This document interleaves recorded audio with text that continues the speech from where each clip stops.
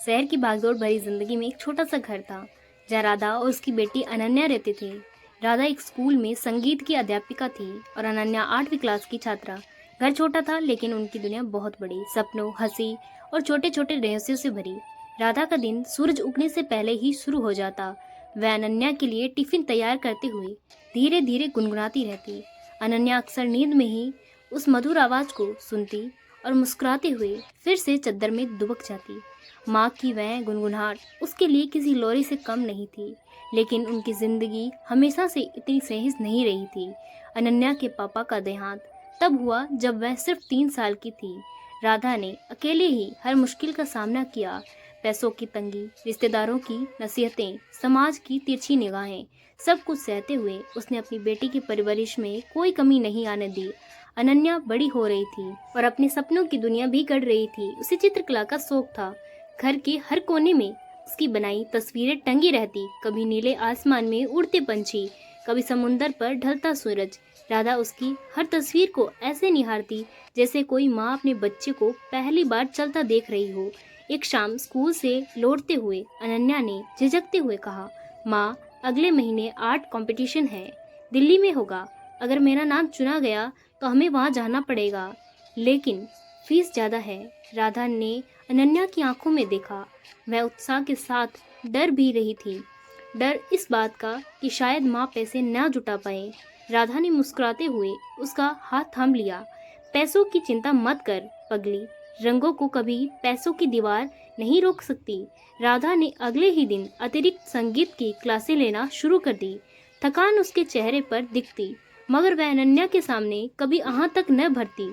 जब अनन्या रात को पढ़ाई करते करते उसकी ओर देखती तो उसे बस माँ की वही पुरानी सुकून भरी मुस्कान दिखती। प्रतियोगिता का दिन आया। दिल्ली पहुंचने के बाद अनन्या के हाथ कांप रहे थे। इतने बड़े हॉल में अनजान लोग और चारों तरफ शानदार पेंटिंग। राधा ने उनकी पीठ थपथपाई। याद है ना, तुम रंगों की दोस्त हो, बस उनसे बातें करो, बाकी सब भूल जाओ। अनन्या ने अपनी ब्रश उठाई और कैनवस पर रंग बिखेरने लगी। उसने एक ऐसी तस्वीर बनाई जिसमें एक पेड़ था, आधे हिस्से में सूखे पत्ते और आधे में नए हरे पत्ते। पेड़ के नीचे एक छोटी लड़की और एक औरत का हाथ पकड़े मुस्कुरा रहे थे। जजों ने उस चित्र को ध्यान से देखा। जब परिणाम घोषित हुआ, अनन्या का नाम सबसे ऊपर था। उनकी आंखों में आंसू थे और वह दौड़कर राधा से लिपट गई। राधा ने बस इतना कहा, तुम्हारे रंगों ने सच बोल दिया बेटी। घर लौटने के बाद भी वह सफलता उसके लिए बस एक शुरुआत थी। अनन्या की पेंटिंग्स अब स्कूल की दीवारों से निकलकर शहर की छोटी छोटी गैलरियों तक पहुंचने लगी। लोग उनकी कला में एक अलग ही जज्बा महसूस करने लगे। माँ और बेटी के रिश्ते का वो अनकहा प्यार। लेकिन कहानी यहीं खत्म नहीं होती। एक दिन राधा को अचानक तेज बुखार और खांसी होने लगी। जांच के बाद डॉक्टर ने बताया कि ये मामूली संक्रमण है, लेकिन आराम ज़रूरी है। अनन्या घबरा गई। उसने पहली बार महसूस किया कि उसकी दुनिया की असली ताकत उसकी माँ ही है। राधा को आराम दिलाने के लिए अनन्या ने घर का सारा काम संभाल लिया।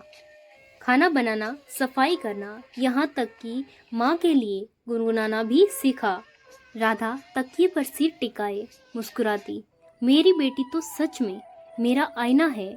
इन दिनों में अनन्या को समझ आया कि माँ सिर्फ एक इंसान नहीं, बल्कि एक पूरी किताब है, जिसके हर पन्ने पर हिम्मत, त्याग और बेइंतहा प्यार की कहानियाँ लिखी है।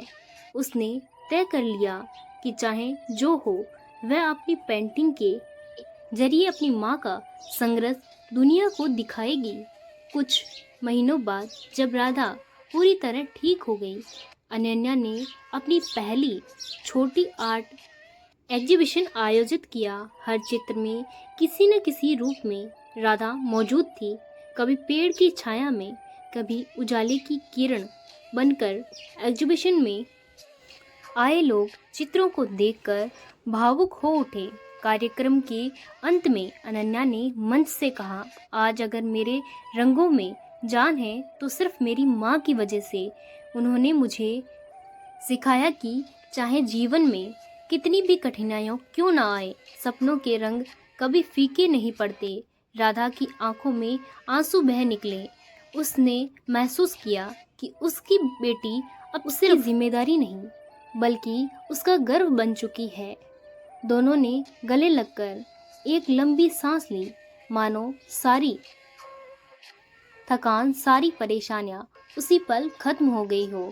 उस रात घर लौटकर राधा ने अनन्या से कहा, तुम्हारी जीत सिर्फ तुम्हारी नहीं, हमारी है, क्योंकि माँ और बेटी का रिश्ता कभी मैं और तू का नहीं होता, हमेशा हम का होता है, हमेशा हम का होता है।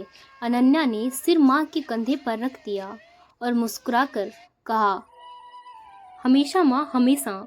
उस छोटे से घर की दीवारों पर टंगी अनगिनत तस्वीरें और गूंजती मधुर गुनगुनाहट अब और भी गहरी लग रही थी।